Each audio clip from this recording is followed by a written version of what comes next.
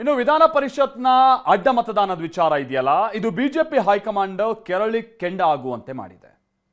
ರಾಜ್ಯ ಕೇಸರಿ ನಾಯಕರ ನಡೆ ವಿಚಾರವಾಗಿಯೂ ಕೂಡ ವರಿಷ್ಠರು ಬಹಳ ಬೇಸರವನ್ನ ಇವತ್ತು ಹೊರಹಾಕಿದ್ದಾರೆ. ಮತ್ತೊಂದು ಕಡೆ ಸಿ ಟಿ ರವಿ ನೇತೃತ್ವದ ಸಮಿತಿ ವರದಿಯನ್ನ ರೆಡಿ ಮಾಡ್ತಾ ಇದ್ದು 3-4 ದಿನದಲ್ಲಿ ಕಂಪ್ಲೀಟ್ ಸತ್ಯ ಗೊತ್ತಾಗಬೇಕು ಅಂತ ದೆಹಲಿ ನಾಯಕರು ಖಡಕ್ ಆಗಿ ರಾಜ್ಯ ನಾಯಕರುಗಳಿಗೆ ಇವತ್ತು ಸೂಚನೆ ಕೊಟ್ಟಿದ್ದಾರೆ ಅಂತೇಳಿ ತಿಳಿದು ಬರ್ತದೆ. ಆಮೇಲೆ ಈ ಧರ್ಮಸ್ಥಳಕ್ಕೆ ಹೋಗಿ ಆಣೆ ಪ್ರಮಾಣ ಮಾಡಬೇಕು ಅನ್ನುವಂಥ ನಿಟ್ಟಿನ ವಿಜಯೇಂದ್ರ ಅವರ ಆ ಬಯಕೆ ಏನಿತ್ತು ಅಥವಾ ಅದಕ್ಕೆ ಸಂಬಂಧಪಟ್ಟ ಹಾಗಿನ ಅವ್ರ ಪ್ರಯತ್ನ ಏನಿತ್ತು ಅದು ಸದ್ಯದ ಮಟ್ಟಿಗೆ ಹೋಲ್ಡ್ ಆಗಿದೆ.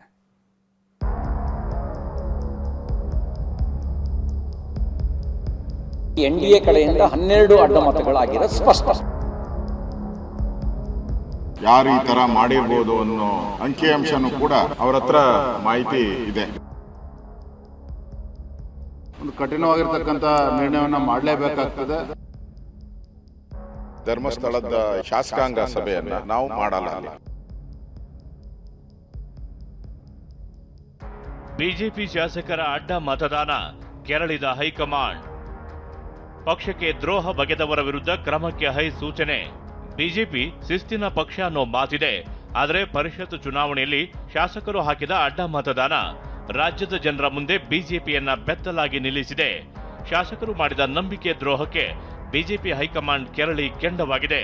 ಇವತ್ತು ಪಕ್ಷದ ರಾಷ್ಟ್ರೀಯ ಅಧ್ಯಕ್ಷ ನಿತಿನ್ ನವೀನ್ರನ್ನ ಭೇಟಿ ಮಾಡಿದ ಬಿಜೆಪಿ ರಾಜ್ಯಾಧ್ಯಕ್ಷ ವಿಜಯೇಂದ್ರ ಹಾಗೂ ವಿರೋಧ ಪಕ್ಷದ ನಾಯಕ ಅಶೋಕ್ ಅಡ್ಡ ಮತದಾನ ಮಾಡಿದವರ ವಿರುದ್ಧ ದೂರು ನೀಡಿದ್ದಾರೆ.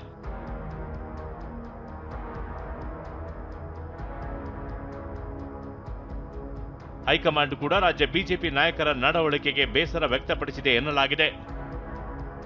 ಅಡ್ಡ ಮತದಾನದ ಬಗ್ಗೆ ನಿಮಗೆ ಮೊದಲೇ ಮಾಹಿತಿ ಇರಲಿಲ್ವಾ? ಅವರನ್ನ ಮನವೊಲಿಸುವ ಪ್ರಯತ್ನ ಯಾಕೆ ಮಾಡಲಿಲ್ಲ? ಮೊದಲೇ ಶಾಸಕರ ಸಭೆ ನಡೆಸಿ ಸೂಚನೆ ನೀಡಬಹುದಿತ್ತು. ಜೂನ್ 25ರೊಳಗೆ ಸತ್ಯಶೋಧನಾ ಸಮಿತಿ ವರದಿ ಕೊಡಬೇಕು, ತಪ್ಪಿತಸ್ಥರ ವಿರುದ್ಧ ಕಠಿಣ ಕ್ರಮ ಕೈಗೊಳ್ಳಬೇಕು ಅಂತ ನವೀನ್ ಸೂಚನೆ ನೀಡಿದ್ದಾರಂತೆ. ನಮ್ಮ ರಾಷ್ಟ್ರೀಯ ಅಧ್ಯಕ್ಷರನ್ನ ಭೇಟಿ ಮಾಡಿ ಕರ್ನಾಟಕದಲ್ಲಾಗಿರುವಂತಹ ಬೆಳವಣಿಗೆಯನ್ನ ಬಹಳ ಕೂಲಂಕುಷವಾಗಿ ಅವರಿಗೆ ಹೇಳಿದಿರಿ. ಸೊ ನಾವು ಹೋಗಕ್ ಮುಂಚೆ ಅವರನ್ನು ಕೂಡ ಬಹಳ ಇನ್ಫಾರ್ಮೇಶನ್ಸ್ ಅನ್ನ ತಗೊಂಡಿದ್ದಾರೆ. ಯಾರು ಈ ತರ ಮಾಡಿರ್ಬೋದು ಅನ್ನೋ ಅಂಕಿಅಂಶನೂ ಕೂಡ ಅವರ ಹತ್ರ ಮಾಹಿತಿ ಇದೆ. ಸವಿಸ್ತಾರವಾಗಿ ಎಲ್ಲಾ ವಿಚಾರಗಳನ್ನು ಕೂಡ ರಾಷ್ಟ್ರೀಯ ಅಧ್ಯಕ್ಷರ ಗಮನಕ್ಕೆ ನಾವು ತಂದಿದ್ದೇವೆ. ಅವರದೇ ಆದಂತಹ ಮಾಹಿತಿ ಅಧ್ಯಕ್ಷರು ಕೂಡ ಇತ್ತು. ಈ ಪ್ರಕರಣವನ್ನ ಬಹಳ ಗಂಭೀರವಾಗಿ ತೆಗೆದುಕೊಂಡಿದ್ದೇವೆ. ಯಾರು ಅನ್ಯಾಯ ಮಾಡಿದ್ದಾರೆ, ದ್ರೋಹ ಎಸಗುವಂತ ಕೆಲಸ ಮಾಡಿದ್ದಾರೆ, ಕಠಿಣವಾಗಿರ್ತಕ್ಕಂಥ ನಿರ್ಣಯವನ್ನ ಮಾಡಲೇಬೇಕಾಗ್ತದೆ. ಸದ್ಯ ಪರಿಷತ್ ಸದಸ್ಯ ಸಿ ಟಿ ರವಿ ಸಮಿತಿ ವರದಿ ನೀಡುವಂತೆ ರಾಜ್ಯ ಘಟಕಕ್ಕೆ ಸೂಚನೆ ಕೊಟ್ಟಿದೆ. ಎನ್ಡಿಎ ಕಡೆಯಿಂದ 12 ಅಡ್ಡ ಮತಗಳಾಗಿರೋ ಸ್ಪಷ್ಟ. ಅದರಲ್ಲಿ ಬಿಜೆಪಿದೆ ಅನ್ನೋದು 4, ಎನ್ಡಿಎದ ಅನ್ನೋದು 8. ನಾವೀಗಾಗಲೇ ಮಾಹಿತಿಯನ್ನು ಸಂಗ್ರಹ ಮಾಡಿದ್ದೇವೆ. ಇವತ್ತು ನಾವು 3 ಜನ ಬೇರೆ ಬೇರೆ ಮೂಲದಿಂದ ಸಂಗ್ರಹಿಸಿರುವ ಮಾಹಿತಿಯ ಕುರಿತಾಗಿ ಚರ್ಚೆ ನಡೆಸಿ ವರದಿಯನ್ನು ತಯಾರು ಮಾಡ್ತಾ ಇದ್ದೀವಿ. ವರದಿ ತಯಾರು ಮಾಡಿದ ನಂತರ ರಾಜ್ಯಾಧ್ಯಕ್ಷರಿಗೆ, ಕೇಂದ್ರದ ನಾಯಕತ್ವಕ್ಕೆ, ರಾಷ್ಟ್ರೀಯ ಅಧ್ಯಕ್ಷರು, ರಾಷ್ಟ್ರೀಯ ಪ್ರಧಾನ ಕಾರ್ಯದರ್ಶಿಗಳಿಗೆ ಈ ವರದಿಯನ್ನ ನಾವು ಕೊಡೋ ಕೆಲಸ ಮಾಡ್ತೇವೆ. ಧರ್ಮಸ್ಥಳದಲ್ಲಿ ಆಣೆ ಪ್ರಮಾಣ ನಿರ್ಧಾರ ಕೈಬಿಟ್ಟ ಬಿಜೆಪಿ. ಶಾಸಕರು ಧರ್ಮಸ್ಥಳದಲ್ಲಿ ಆಣೆ ಪ್ರಮಾಣ ಮಾಡಬೇಕು ಅಂತ ವಿಜಯೇಂದ್ರ ಹೇಳಿಕೆ ನೀಡಿದ್ರು. ಆದರೆ ಪಕ್ಷದ ಹಿರಿಯರು ಬೇಡ ಅಂತಿದ್ದಂತೆ ಆಣೆ ಪ್ರಮಾಣ ನಿರ್ಧಾರದಿಂದ ಹಿಂದೆ ಸರಿದಿದೆ. ನನ್ನ ಅಭಿಪ್ರಾಯವನ್ನ ನಾನು ತಿಳಿಸಿದ್ದೇನೆ.